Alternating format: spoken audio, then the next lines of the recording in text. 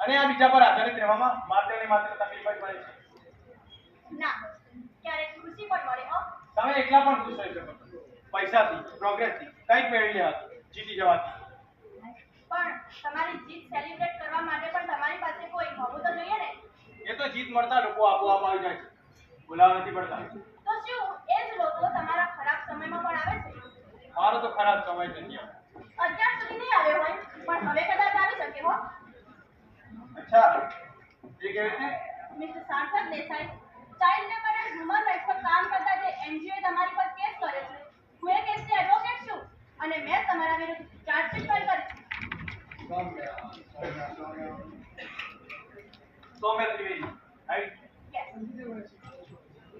હું જાણે છું તમે છેલ્લા કેટલા વર્ષથી એડવોકેટ તરીકે કામ કરો છો છેલ્લા કેટલા 5 વર્ષથી અને તમે આ 5 વર્ષમાં કેટલા કેસ કર્યા 13 જેટલા અને આ 13 વર્ષ તમે કેટલા કેસ એક પણ નહીં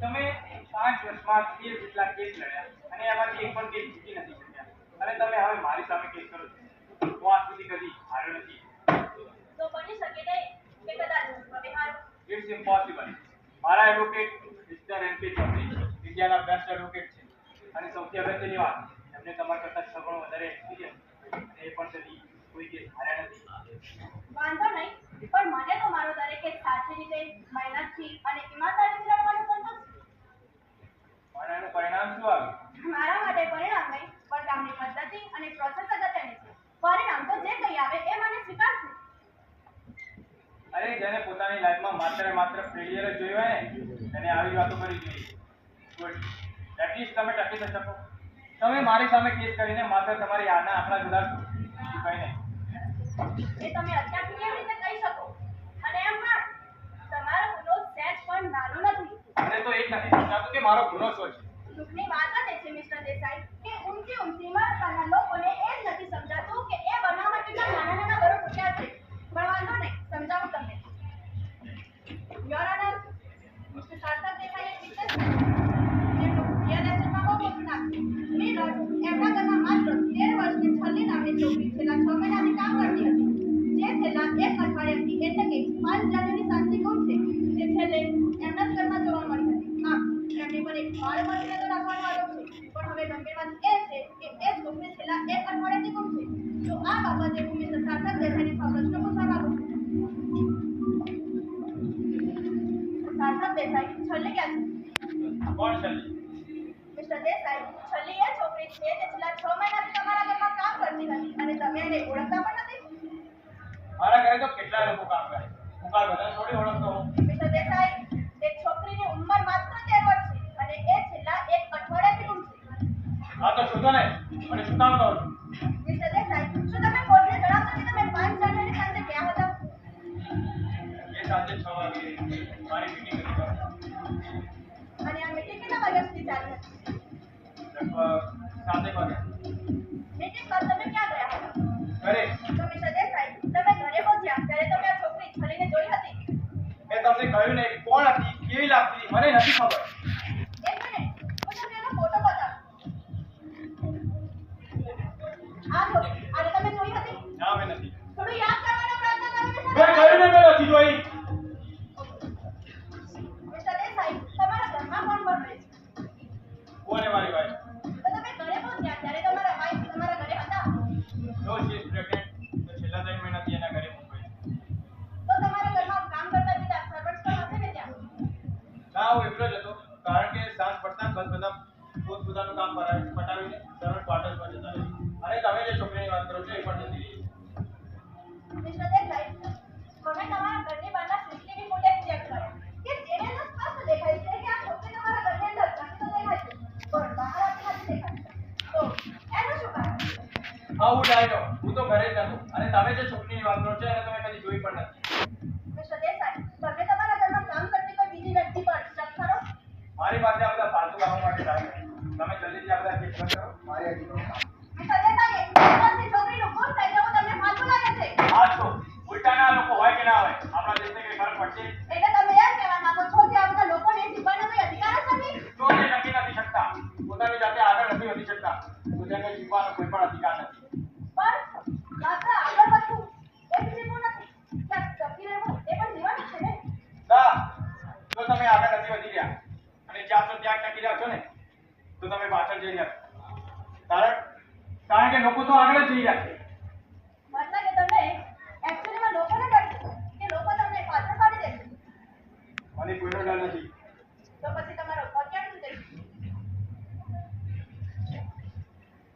પણ દુર્ગાને અને આની શું લેવા દેવા? મિસ્ટર દેસાઈ, મેં તમારી જોડે મારી જિંદગીના 3 વર્ષ કર્યા છે અને એ વાત તો હું સારી રીતે જાણું છું કે તમને જ્યારે પણ ડર લાગે ને ત્યારે તમારો પગ તૂટવા લાગે છે. અને આ વાત તો મને કોલેજના પહેલા જ અઠવાડિયેથી ખબર પડી ગઈ હતી.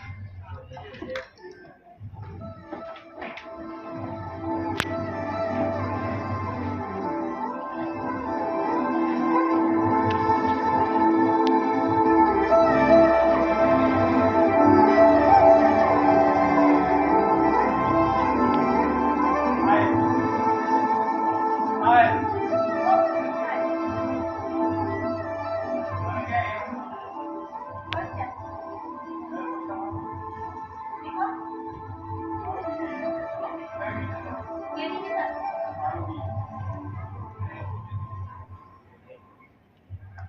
મારું નામ સાર્થક. તમારું? સૌમ્યા ત્રિવેદી.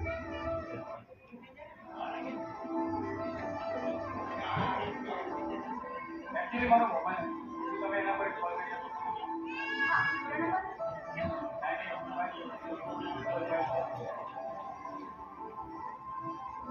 હેલો, હા, પોલીસ સ્ટેશન.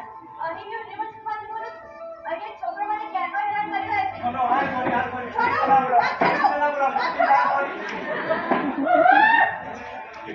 આ તો હું અને મારો ફ્રેન્ડ હેરાન થતો. એમાં પેલા પેલી છોકરીનો નંબર લઈ આવો એટલે હું આજ સાર્થક, આજ પછી યાદ રાખજો, પોતાની રમતમાં બીજાને હેરાન નહીં કરવાના.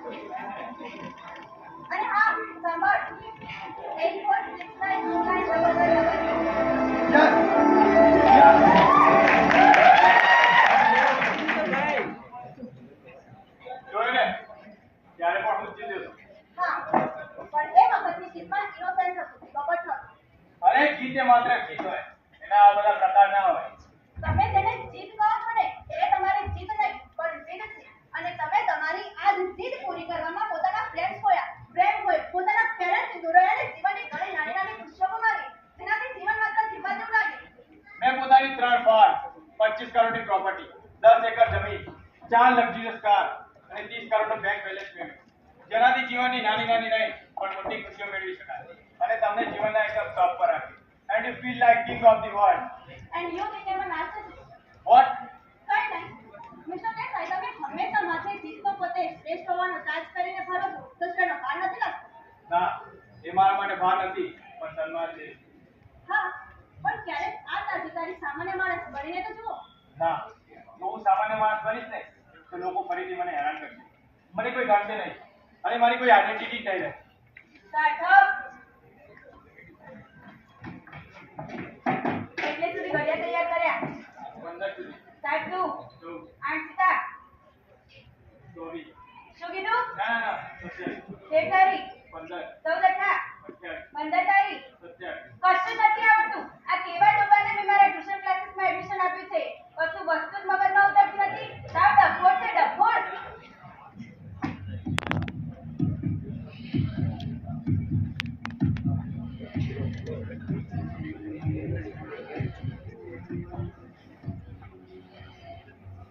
એ મારે પણ રમવું છે, મને પણ રમાડો ને. જો પહેલા કેવી રીતે રમાય છે. મને આવડે છે, મને આવડે છે. આ છે એની ખબર.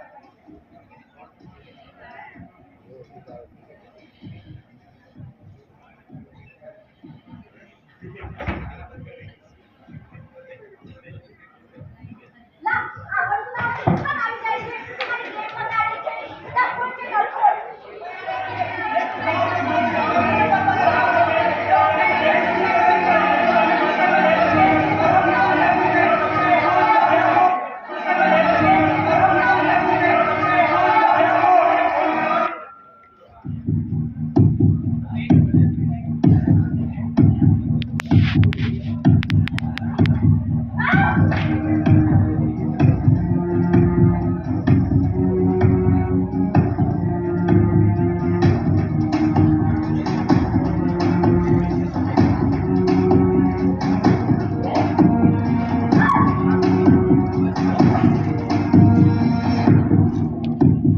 જ્યારે મેં મારા ટ્યુશન ટીચરને કંપાસ માર્યો, સોસાયટીના ફ્રેન્ડને રેકેટ માર્યું, ત્યારે મને અંદરથી ખૂબ જ મજા આવી.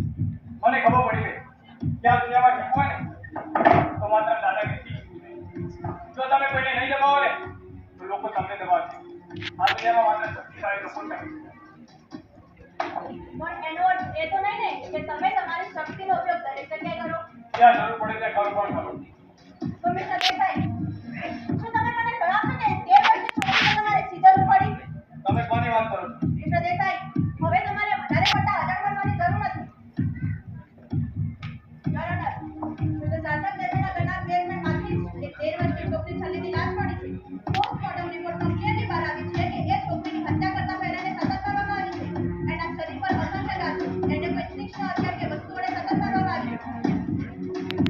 તો મિસ્ટર દેસાઈ, શું તમે એક્સેપ્ટ કરો છો કે તમે તે છોકરીને મારી છે? મેં કહ્યું ને, મેં છોકરીનું કોઈ નથી કર્યું. અને 13 વર્ષની છોકરી જોડે મારી શી દુશ્મની હોય? અમે પણ તમને એ જ પૂછવા માંગીએ છીએ કે એ 13 વર્ષની છોકરીએ તમારું શું બગાડ્યું હતું? જો તમે કોઈ પણ જાતના પુરાવા વગર મારી પર ખોટો આરોપ લગાવી રહ્યા છો. તમારા ઘરના બેઝમેન્ટમાંથી જ એ 13 વર્ષની છોકરીની લાશ મળી છે. એનાથી મોટો પુરાવો શું હોય? એનાથી એ તો સાબિત નથી થતું ને કે આની ભૂલ મેં કરી છે. પણ એ તમે તમારા ઘરમાં તમારા સિવાય બીજું કોઈ હાજર નહોતું. જા સાહેબ, મેં છોકરીનું કોઈ નથી કર્યું. મેં 13 વર્ષની છોકરી જોડે મારી શું દુશ્મની હોય? યોર ઓનર, હવે હું કોર્ટમાં એ છોકરી છલીની માને બોલાવવા માંગુ છું.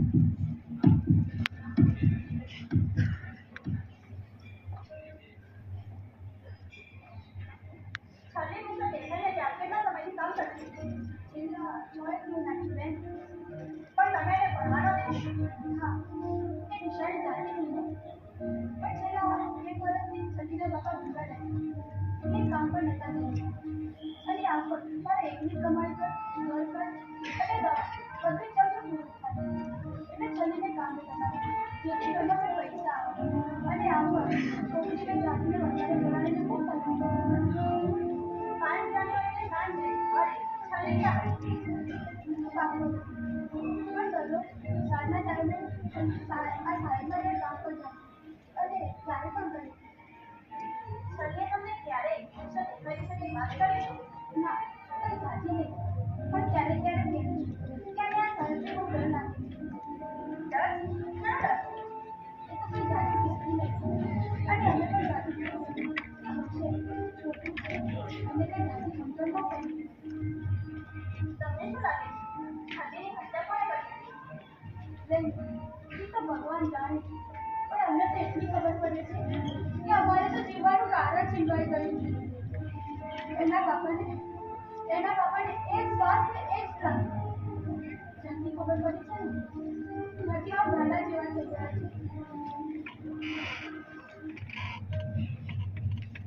એમને તો ચંદીના લગ્નની તૈયારી શરૂ કરી દીધી.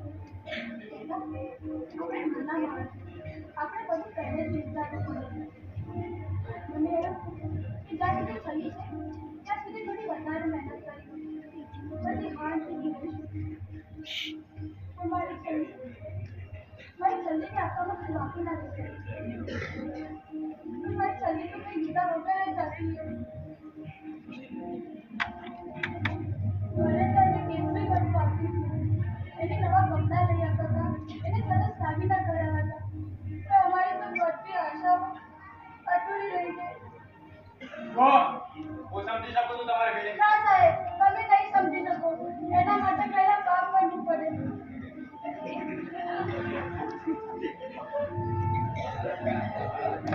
આ બધા લોકો સમજે છે શું એમના મતલબ? છલીના જીવન તમારી નથી મુક્ત દેખાય જે તમે સુની લીધી. અરે મેં કરીને મેં એનું કોઈ નથી કર્યું અને જે થઈ ગયું થઈ ગયું. બોલો શું જોઈએ છે બદલામાં આપી દો. એમને એમની જિંદગીના તે 13 વર્ષ છલી સાથે વિતાવ્યા. એને પહેલી વાર આંખ ખોલતા જોઈ એને બોલતા જોઈ હસી પડ્યા. એને ચાલતા જોઈ એ બીમાર પડે ત્યારે ચિંતા પણ કરી. એને પાસે બેસાડી કોળિયા પણ ભરી. મારો ડુકર મુક્ત દેખાય. આ કોણ સુધર? હું નીચા નથી. એ નીચા નથી.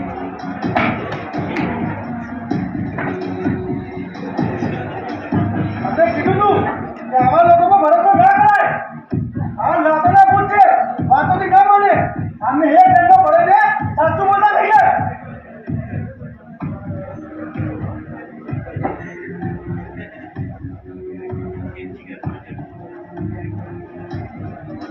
મારો ઘરના ઘરેથી આવી.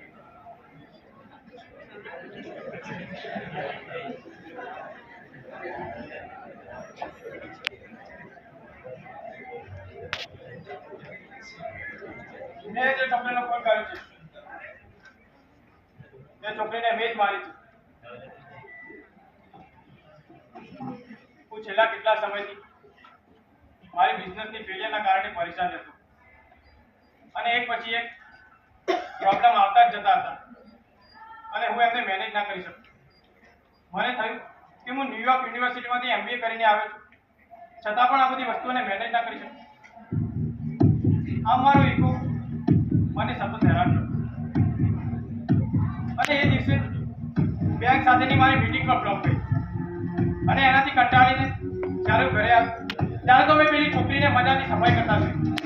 મને થયું કે આટલી ખુશ કેમ છે? આની પાસે એવું તો શું છે જે મારી પાસે નથી? અને એટલામાં જ એને સફાઈ કરતા કરતા મારી ડિગ્રી સર્ટિફિકેટની ફ્રેમ પાડી અને એ જોઈને મને ખૂબ જ વધારે ગુસ્સો આવ્યો. મને થયું કોઈએ મારી ડિગ્રી મારી મહેનતને ઇન્સલ્ટ કરી છે. પછી તો હું તૂટેલી ફ્રેમ વડે એના પર તૂટી પડ્યો. મહેનત જ્યાં સુધી મને સંતોષ ના થાય પણ હું સંતોષ પામું એ પહેલા જ એ હારી ગઈ અને મરી ગઈ. પછી મેં એની લાશ બેસમેન્ટમાં સંતાડી દીધી. That's all your order. Mr. સાર્થક દેસાઈએ પોતાના બધા જ ગુના કબૂલ કરી લીધા છે.